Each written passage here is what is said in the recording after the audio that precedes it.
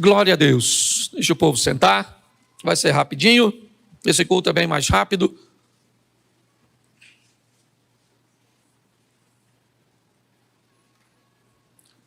Isso. Pegue a sua Bíblia aí. João capítulo 5, verso de número 17. João 5, 17. Coloque para mim, por favor, na tela.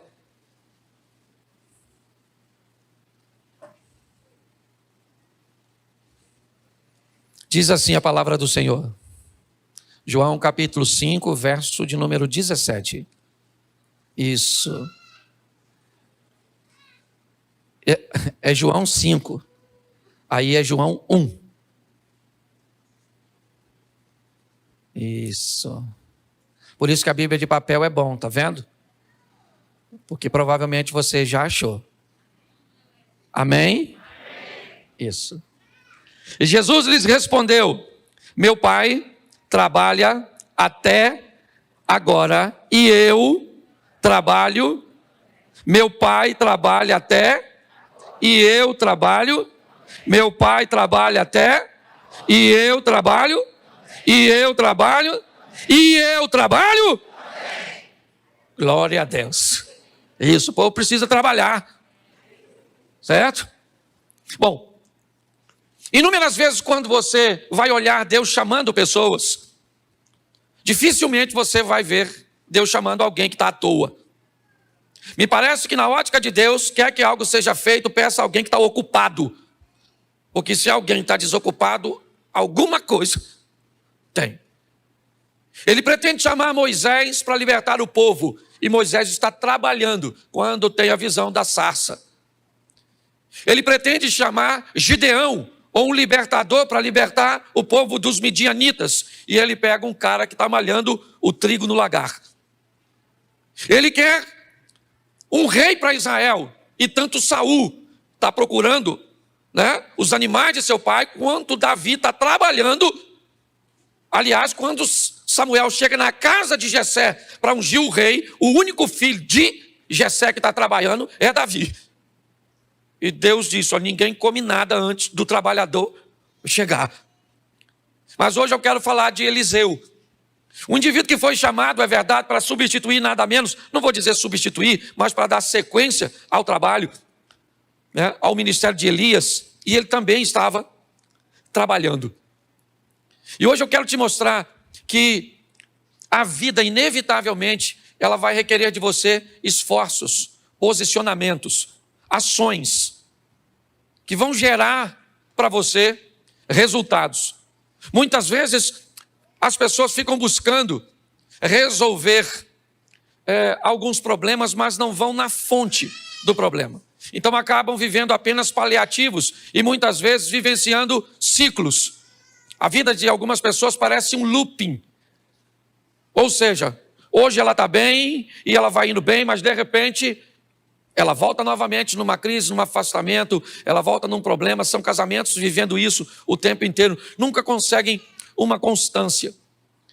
E eu quero mostrar hoje, na trajetória do profeta Eliseu, como as coisas aconteceram e pegar alguns exemplos para aplicarmos no nosso cotidiano. Deixa eu te explicar. Quando nós queremos que alguns princípios bíblicos eles se cumpram na nossa vida, o mundo espiritual, apesar da palavra ser poderosa, e nós aprendemos isso e muito, que há poder na nossa palavra, o mundo espiritual, ele não respeita simplesmente o que nós falamos. O mundo espiritual respeita o que nós fazemos. Eu não sei se você lembra quando alguns tentam expulsar um demônio utilizando a metodologia do apóstolo Paulo. Eles ficaram olhando como Paulo expulsava um demônio e quando um demônio apareceu, eles usaram o mesmo método de Paulo. E o demônio disse para eles: Paulo, eu sei quem é. Aquele que Paulo diz, eu também sei. Mas e vocês? Quem vocês são? Então é muito importante você e eu entendermos que a nossa vida está aguardando decisões, posicionamentos, posturas, que podem nos levar para um lugar. Como eu sempre digo, futuro para nós não é um tempo, futuro para nós é um lugar. E para que lugar eu estou indo? Basta eu olhar o que eu estou fazendo. Como é que eu estou me posicionando. Quando nós vamos olhar para Eliseu, eu vou pegar desde o momento que ele aparece, vai ser rapidinho, 5 tópicos, bem rapidinho, para que você entenda. Eu só preciso que coloque aqui, nós estamos com algum problema aqui? Não. Não? Então vamos lá. Primeiro livro dos Reis, capítulo de número 19, verso de número 19. Primeiro livro dos Reis, capítulo 19, verso 19. Partiu, pois, Elias dali e achou a Eliseu, filho de Zafate, que andava lavrando com 12 juntas de bois adiante dele. Ele estava com a 12ª. Elias passou por ele, lançou a sua capa sobre ele, põe o 20. Então deixou ele os bois, correu após Elias e disse: deixa-me beijar meu pai e a minha mãe, então eu te seguirei. E ele disse: vai e volta, porque te tenho eu feito. Por que te tenho eu feito? Vamos lá. Deixou esse os bois. Isso aí. Voltou, pois, atrás dele, tomou as juntas de bois, os matou e com os aparelhos dos bois cozeu as carnes, deu ao povo, comeram, então se levantou, seguiu Elias e o servia. Preste atenção. Esse é o momento que o nome de Eliseu aparece na Bíblia pela primeira vez. O momento em que Elias entra no campo que Eliseu está trabalhando e Eliseu vai receber, o chamado ministerial. Mas preste atenção, quando ele recebe o chamado, ele tem o que Deus deu para todo mundo: livre-arbítrio. É importante nós entendermos isso. Eu expliquei isso num videozinho meu do Instagram, deixa eu só pincelar um pouquinho nisso. Cuidado para não, na hora do evangelismo ou na hora do confronto, não ensinar pessoas de forma errada. Todas as vezes que você disser que Deus proibiu alguma coisa de ser feita, entenda, se Deus proibiu, Ele é o soberano. Se Deus diz que o homem não pode fazer, o homem não faz, mesmo que tente. Porque Deus é soberano. Uma coisa é o que Deus diz que não pode, outra coisa é o que Deus diz que não deve ser feito. Cuidado para não misturar isso. Deus diz: o homem não vive para sempre. Tenta. O homem é obrigado a envelhecer. Ele pode acessar métodos, ele pode acessar produtos que inibam, que diminuam o envelhecimento, mas ele não pode anulá-lo. Deus disse: o homem não vive sem oxigênio. Tenta. Deus disse: o homem não vive embaixo da água, o homem não voa. Ele pode construir equipamentos para voar. Mas tudo aquilo que Deus disser que o homem não faz, o homem não faz. Qual é o problema? É o livre-arbítrio. É aquilo que Deus diz que o homem não deve. O homem pode matar, sim ou não? Sim ou não? Claro que pode, porque se ele não pudesse, ele não matava. Ele pode roubar? Ele pode fazer o que quiser com o corpo dele? Claro que pode. Ele não deve. Esse é o grande problema. Nós precisamos entender que o que Eliseu vai receber no campo que ele trabalha é o que eu recebi um dia, aliás, o que eu recebo todos os dias, o direito de decisão. Elias passa no campo onde Eliseu está trabalhando e convida Eliseu a deixar tudo aquilo e seguir-te. Nesse momento, Eliseu tem o direito, porque presta atenção, decisão é sua. Deus não decide por você, seus pais não decidem por você, seu cônjuge não decide por você, o pastor não decide. A decisão ela é sua. Você precisa entender isso. Tudo começa com decisão. A história de Eliseu é quando Elias entra no campo e diz para ele: Deus está te chamando. E ele poderia dizer: não vou. Pode ir embora que eu vou continuar aqui com a minha vidinha. E ele tinha todo o direito de escolher isso. E ele poderia arcar com aquilo que escolheu. Se você não conhece a história, vai ver a história de um camarada que pede para não morrer, quando Deus disse que ele deveria morrer. E você vai ver qual foi as dores que Ezequias viveu, que não precisava ter vivido, no período de 15 anos que ganhou de vida. Talvez quando você lê isso, você vai falar assim: caramba, esses 15 anos de Ezequias foi para ele uma maldição, ao invés de uma bênção.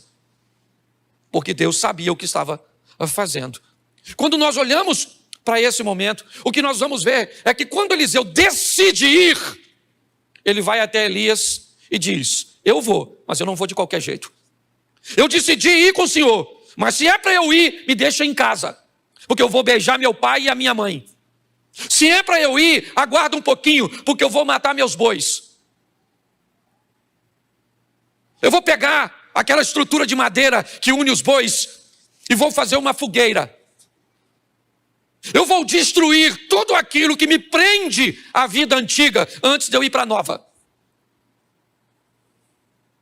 Eu não sei se você já ouviu falar de uma batalha, né, de Siracusa, uma batalha contra Cartago, onde assim que as tropas descem para uma batalha, o capitão manda incendiar todos os seus navios. Ele manda atacar fogo nos próprios navios, simplesmente para dizer para ele mesmo e para todos os seus soldados que não há uma segunda opção. Ele chegou ali, ou ele vai vencer, ou ele vai vencer. Não tem outra, é só vitória.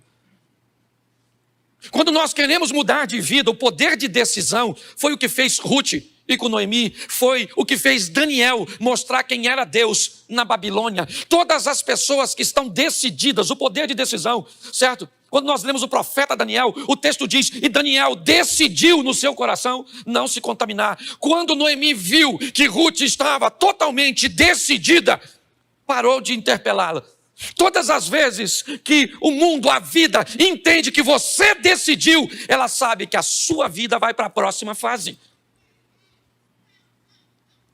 Quando nós olhamos Eliseu, o que ele faz? A história dele começa com a força da sua decisão. Eu mato os bois para quê? Porque eu não vou voltar mais. Vou beijar meu pai e minha mãe e vou dizer, nunca mais eu pego no arado, nunca mais eu vou voltar à minha vida antiga, porque Deus está me chamando para uma nova vida e essa antiga não me cabe mais. Você sabe qual é o problema? Muitos de nós deixamos um ambiente seguro.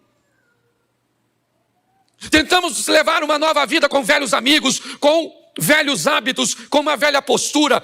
Inevitavelmente, nós não vamos obter êxito. Sabe por que a Bíblia diz que é melhor você ser frio ou quente, mas você não pode ser morno? Porque nada atrapalha mais o evangelho do que um crente morno. Se o cara está dentro, ele está dentro. Se ele está fora, ele está fora. Mas se ele está dentro de qualquer jeito, ele atrapalha o sistema. Ele joga contra. A história de Eliseu começa com uma decisão. E a decisão dele é o seguinte: o que me prende à vida antiga? Meus bois e esse arado. O que eu faço com ele? Eu mato, dou uma festa e mostro para todo mundo que essa vida antiga não me cabe mais. Acabou. Vocês estão me vendo pela última vez cuidando de um arado. Eu estou indo para a próxima fase. Nós precisamos tomar essa postura de decisão quando vamos andar com Deus. Abandonar a vida antiga e dizer, não me cabe mais. Esse tipo de comportamento, esse tipo de amizade, esse tipo de negócios, isso não cabe mais, não me pertence, não faz parte mais do meu mundo. Mas isso é uma decisão que você tem que tomar.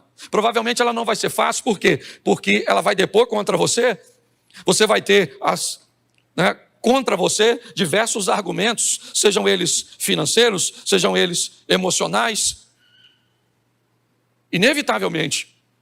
Só que é você que decide. A história aqui começa com uma decisão. O próximo passo, segundo livro dos Reis, capítulo 2, verso 1. A segunda etapa da vida de Eliseu. Segundo livro dos Reis, capítulo 2, versículo de número 1. Sucedeu, pois, que havendo o Senhor de elevar a Elias num redemoinho, ou um redemoinho ao céu, Elias partiu com Eliseu de Gilgal. Presta atenção. Elias está agora indo para a fase final de seu ministério. E o ponto de partida era Gilgal. Eu gosto dessa cidade. Coloca para mim, por favor. Josué capítulo 5, verso 8. Só para me mostrar para vocês o que significa a palavra Gilgal para o povo, para Eliseu. Isso. E aconteceram que, acabando de circuncidar toda a nação, ficaram no seu lugar, no arraial, até que sararam. E disse mais o Senhor a Josué, hoje revolvi de sobre vós o opróbrio do Egito, pelo que o nome daquele lugar se chamou Gilgal, até o dia de hoje. Estando, pois, os filhos de Israel alojados em Gilgal, celebraram a Páscoa. Presta atenção, Gilgal, Páscoa, Gilgal, circuncisão. Para um judeu, duas coisas que têm o significado de aliança. O ponto de partida, depois de uma decisão, eu vou deixar a vida para trás, é uma aliança. Quando nós falamos de casamento, nós dizemos que casamento é duas coisas. Uma, ele é um contrato. E segundo, ele é uma aliança. Como contrato, ele pode ser reincidido. Como aliança, não. A próxima fase da vida de Eliseu, o que é? É uma aliança. Ele vai assumir um compromisso com aquilo que ele pretende fazer. É um caminho que para ele não tem volta, é dali e para frente. A história dele caminha com um novo comportamento, com uma nova visão, com uma nova mentalidade. Por quê? Para Eliseu ele não tem mais para onde voltar. E se não der certo, eu volto para os meus bois. Eu não tenho mais bois. E se não der certo, eu já dei uma festa de despedida e disse para todos os meus amigos que aquela vida não me cabe mais. Quando eu decido me aliançar, inevitavelmente, a minha vida, ela não tem mais retorno, não dá mais. Agora é apenas uma direção, é para lá que eu vou, Cristo é o meu Senhor, obedecer é a minha razão, é para lá que eu estou indo, 1000 cairão ao meu lado, 10.000 à minha direita, mas eu não vou ser atingido. Eu vou olhar tudo isso e sei em quem tenho crido, a vara e o cajado do Senhor é o que me consola. Eu sei o que eu estou vivendo, aquele que há de vir virá. Não interessa se as coisas estão acontecendo a meu favor ou contra, acabou. Para mim não interessa se quem desvia é o fulano, é o ciclano, se o outro adulterou, se fulano está roubando, se aconteceu isso, se minha mulher me trai, se meus filhos se perdem, se acontece isso, se eu perco tudo que eu tenho. Não acabou, é uma aliança. Eu assumi um compromisso com Deus. É uma aliança que não tem como quebrar. Hoje está tudo muito condicional, sabe? Depende, tudo é relativo. Depende muito, sabe? Quais são as variáveis? Não, querido. O que Eliseu faz é uma aliança. Gilgal traz a representação de uma aliança. Circuncisão e Páscoa, ok? É aquilo que Davi olha quando vai enfrentar o gigante. Todo mundo está olhando para o gigante. Davi olha para a circuncisão. Todo mundo tem medo do gigante. Ele é grande, ele está bem armado, ele é poderoso. Nossa, ele é um perigo. Davi diz, quem é este incircunciso para desafiar o exército do Deus vivo? Eu vou matar ele. Por quê? Porque ele é forte, grande, mas eu tenho aliança com o Todo-Poderoso. Pessoas que têm alianças, elas vivem de forma diferente. Seu ambiente de fé é mais seguro. São pessoas que sofrem, é verdade. São pessoas que muitas vezes perdem, porque sofrimento e perda fazem parte da vida. É assim que funciona. As pessoas aliançadas, você pode notar, aconteça o que acontecer, ela está firme. Não interessa se ela está. Eu me converti em 1992. 1992. E pode dizer para você, até aqui me ajudou o Senhor. Eu nunca me desviei, nunca me envolvi num escândalo, nunca fiz nada, porque eu fiz uma aliança. Eu não tenho para onde voltar. Em 1992 eu deixei todos os meus amigos, eu parei de beber. Eu parei de fazer uma série de coisas. E as pessoas ficavam olhando e diziam assim, é só uma questão de tempo até ele voltar atrás. O que eles não sabiam é que eu tinha matado meus bois e eu não tinha para onde voltar. A sua vida está esperando você tomar uma decisão. Que decisão é essa? De fazer uma aliança. É isso que Eliseu faz. Gilgal é o ponto de partida. Eu me aliancei.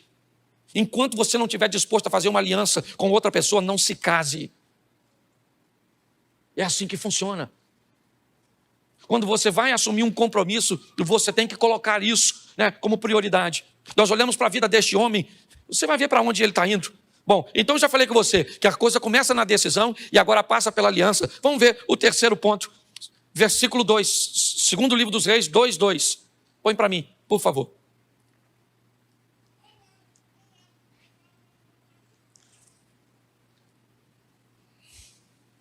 Nos diz assim, e disse Elias a Eliseu, fica aqui, deixa por aí, por favor, porque eu vou usar para me ajudar. Disse Elias a Eliseu, fica aqui. Uma das frases que Eliseu vai ouvir o tempo inteiro nesse texto é fica aqui.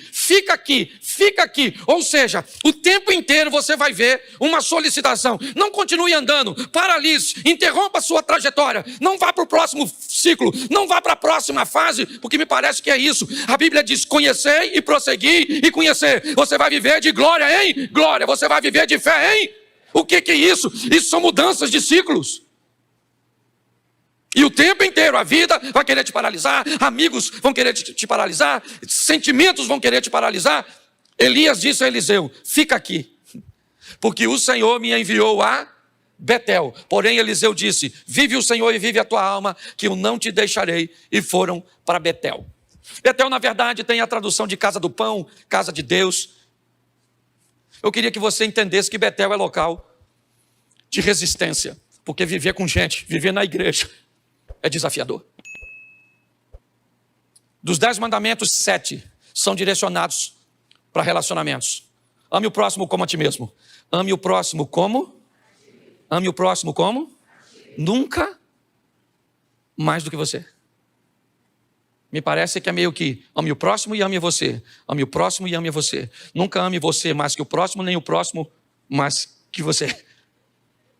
Ah, pastor, eu não consigo amar o próximo porque eu não me amo. Então vai para o Novo Testamento e aprenda o que Jesus disse. Ame o próximo como Cristo amou a igreja. Se você não tem base de amor, pega o de Cristo. Mas você é obrigado a amar. É assim que funciona. Quando nós vamos olhar aqui, nós vemos resistência. Porque para viver na igreja, igreja, ó, preste atenção. Tem gente boa. Tem gente ruim. Tem gente que não fala nada. E tem gente que fala tudo. Tem gente que paga os outros. Tem gente que não paga. Tem gente que fica de olho nos outros, na mulher dos outros. Tem ou não tem? Tem mentiroso, tem fofoqueiro, tem tudo. Tudo. Pastor, por que o senhor não exclui tudo? Porque senão fica vazio.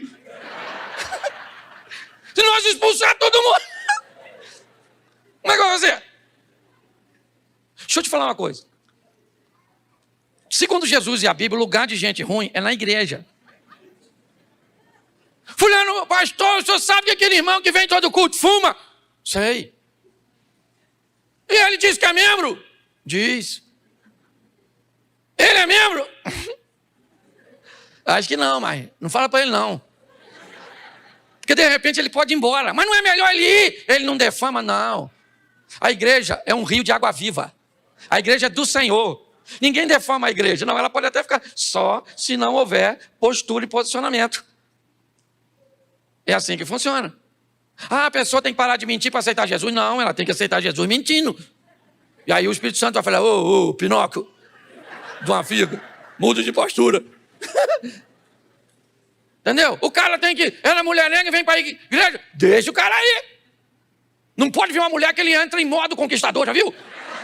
Tem uns irmãos na igreja assim. E olha, uma mulher faz assim, ó. Ele tá assim, ó. Mostra o relógio, sacode a chave do carro, estufa o peito, parece um sabiá. O que é isso? Modo conquistador. Se essa pessoa... Gente, deixa a turma aqui. Se não mudar aqui, vai mudar. Onde? A psicóloga está morrendo de rir, porque já identificou 200. Igreja, presta atenção. Primeiro, decisão, depois aliança. Terceiro, resistência, meu filho. A chapa é quente, o bagulho é doido. Você lida com gente que diz que você é uma bênção e ali fora está descendo o sarrafo pra você. Irmão, a paz do Senhor. E você, a paz do Senhor, querido. Você não sabe se você é cínico, se você é amoroso. Você não sabe quem você é. Porque tem que ser resistente, tem que ser. Senão, vá para o inferno. A chapa é quente, meu filho. Eu gosto de Eliseu porque tem que passar por Betel. Casa do pão, casa de Deus. Lugar de desafio. Gente que era para trabalhar no mesmo propósito. Tem inveja de quem está fazendo? Onde já se viu isso? Você está fazendo. Pastor, viu a pessoa que estava ali limpando o banheiro? Não é função dela. E não estava limpando? Ah, mas eu acho que tinha que ter uma autorização. Para passar um pano na urina? Precisa não. Deixa sem autorização mesmo. Você está rindo, mas é difícil, desafiador. Se você não se preparar, você não fica em igreja nenhuma, porque todo lugar tem. E qual é o lugar que mais tem? Aqueles que pensam que não tem. Lá que está o maior foco. Porque quando as pessoas sabem que tem, elas procuram mudar de vida. Então tem que ter resistência, meu filho. Tem que ter, porque a gente não sabe que hora Jesus volta. Quanto tempo ele falou que vai voltar? Ainda não voltou. Ó, eu era garota e já estava voltando. Jesus está voltando. Aceita ele, já aceitei, tem 30 anos. Ele não voltou até agora. Resistência, meu filho. É assim que funciona, tá certo? Quando nós olhamos, nós vemos isso. É o exemplo de Jó. Pensa num bicho resistente. Pô, o cara perdeu tudo, gente, não fez nada. Sabe o que ficou? A mulher dele. Foi a única coisa que não morreu. Na minha opinião, devia ser a primeira. Não. Uma mulher extraordinária, resistente. Os filhos morreram, sim ou não? Ela divorciou? O Jó ficou todo machucadinho assim. Ela largou ele? Perdeu o dinheiro tudo. Esse dia o irmão teve aí uma aposentadoria bloqueada, a mulher dele foi embora.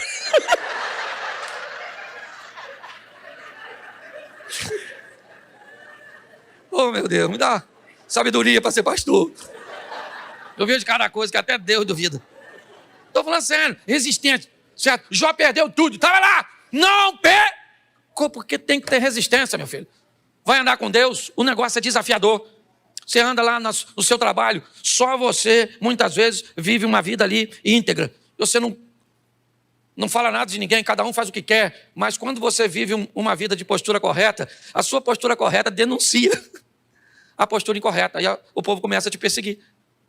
Tem que ser resistente. Posso ouvir um amém? Amém. Isso. Vamos para a próxima fase aí. Capítulo 2, ainda no verso 4 agora. Verso 4. Disse Elias, fica aqui. Aqui onde? Em Betel. Fica aqui em Gilgal, fica aqui em Betel. Ok? Fica aqui porque o Senhor me enviou a Jericó. Porém ele disse, tão certo como vive o Senhor e vive a tua alma, que eu não te deixarei. Note que novamente uma força está sendo empregada para paralisar Eliseu. Ele diz, eu não vou parar, tão certo como vive o Senhor e vive a tua alma, que eu vou com você. Eu não vou ficar em Betel, porque Betel não me para. Relacionamentos interpessoais não me param. Eu sou resistente para sobreviver a eles. Mas agora vamos para onde? Jericó. Tradução, em alguns lugares, cidade das palmeiras. Em outros lugares, cidade do mau cheiro. Comércio de rua, muros altos, pouca circulação. Provavelmente o cheiro não era dos mais agradáveis naquele ambiente. Basta você passar perto de uma barraca de peixe, muitas vezes, né? No final do dia, depois de uma feira. É só para você ter mais ou menos um entendimento. Mas se Jericó era conhecida como cidade das palmeiras porque tinha por fora, ela é conhecida por cidade mal cheirosa pelo que tinha por dentro. Me parece que agora, depois da resistência, eu vou ter que sobreviver à hipocrisia,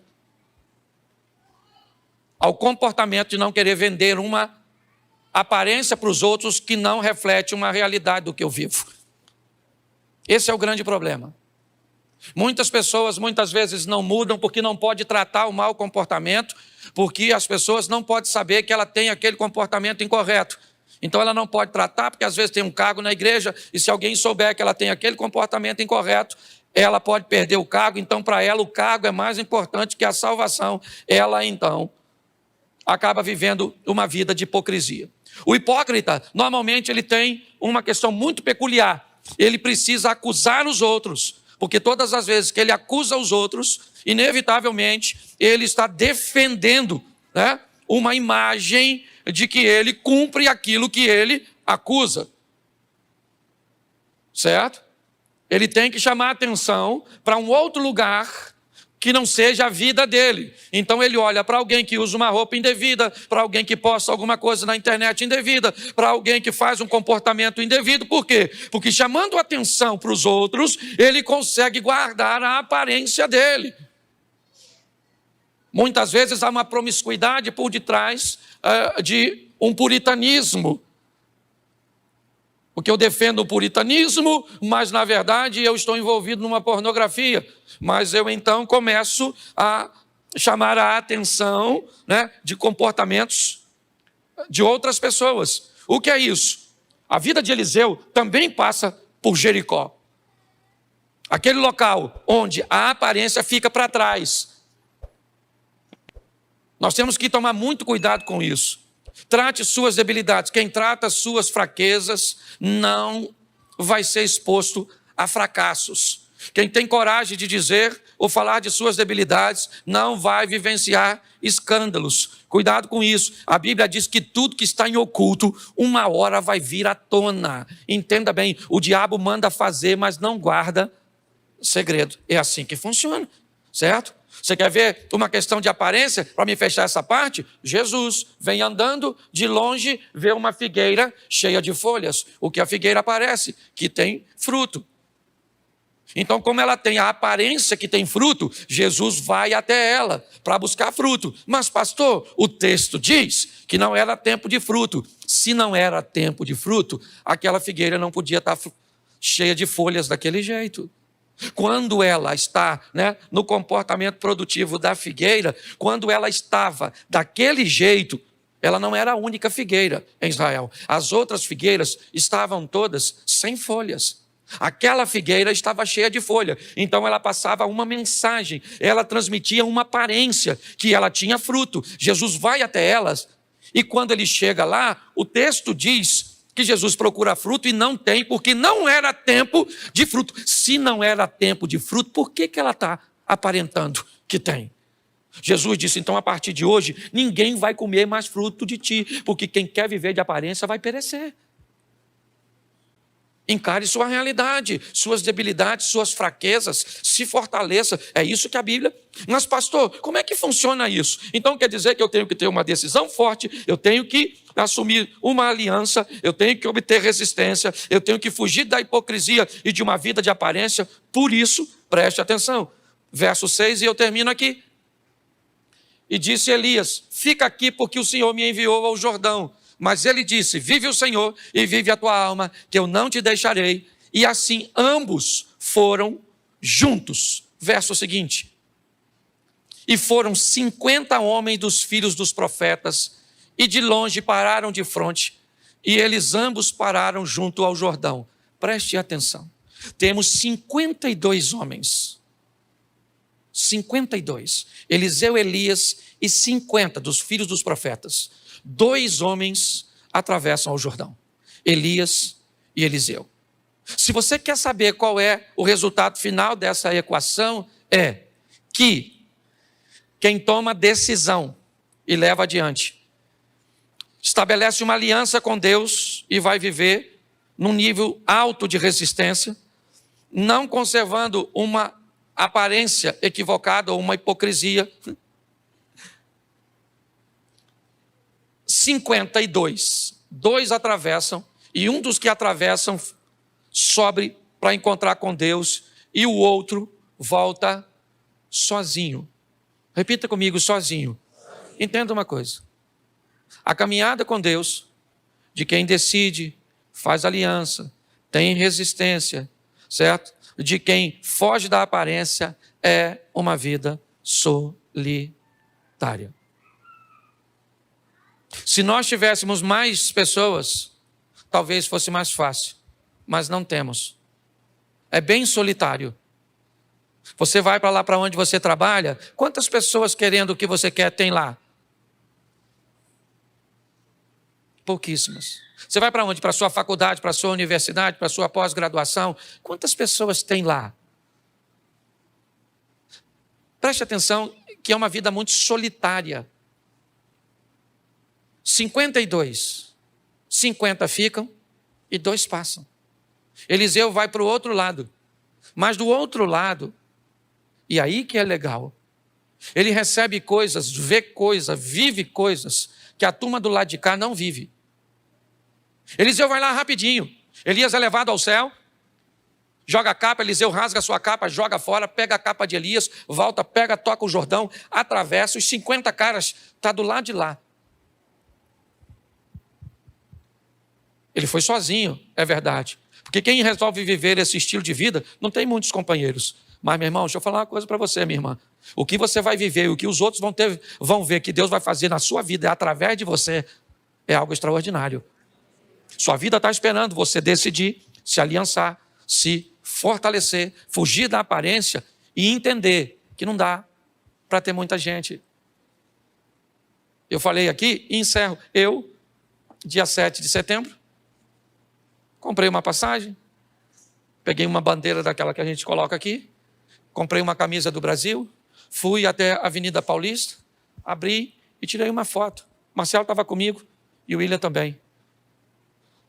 Eu não tirei foto com ninguém, não subi em carro, não fiz nada. No dia 8, 63 mil pessoas deixaram de me seguir na rede social. Mas preste atenção. Eu vivo para quê? Qual é o meu propósito? Eu entendo que há solidão nesse estilo de vida. Não tem muita gente. Mas deixa eu falar com você. Se Deus for com você, as pessoas vão ter que ver. Porque quando Eliseu volta, ele volta com Deus. E todo mundo, Eliseu mandou um recado para o Naamã. Manda esse cara vir na minha casa, porque todo Israel vai saber que aqui ainda tem Deus, porque eu sou profeta. Eu ando sozinho, mas não vivo de aparência. Sou resistente, é assim que funciona. Tenho aliança e decidi viver com Deus. Fique de pé. Se você deseja caminhar conosco, atrás daquela câmera ali, ó, tem uma sala, tem um casal para orar por você, ok? Se você hoje quer voltar para Jesus, quer recebê-lo, quer nos conhecer, já está aí, né, caminhando conosco um tempo, dá um pulinho lá, vai ter gente. Quando você sair agora, por favor, né, você saia pelos fundos aqui, porque tem um povo para entrar para o segundo culto. Tá certo? Então, você vai sair ali por trás e o povo vai entrar por aqui. Mas se você quiser receber Jesus, dá um pulinho lá na sala que vai ter gente lá para te receber. Feche os seus olhos. Pai, em nome de Jesus, eu quero te agradecer pelo livre-arbítrio que o Senhor nos dá, por esse poder de decisão. Se queremos ou não. E nós podemos decidir, só temos que arcar com o resultado de nossas escolhas. Leva-nos aos nossos lares agora, ó Pai, para uma semana de vitória, para uma semana de bênção, ó Deus, para uma semana onde o Teu nome será glorificado através da nossa vida. Não vamos viver de aparência, vamos estar sustentados por Tuas mãos poderosas e este mundo vai ver quem é o nosso Deus. Que o grande amor de Deus, nosso Pai, a graça de nosso Senhor e Salvador Jesus Cristo e as doces consolações do Santo Espírito de Deus seja para com todo o povo do Senhor e todos digam...